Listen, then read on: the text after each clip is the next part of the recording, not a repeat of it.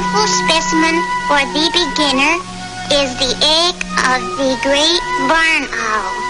Gee willikers, that certainly is a lovely egg, isn't it?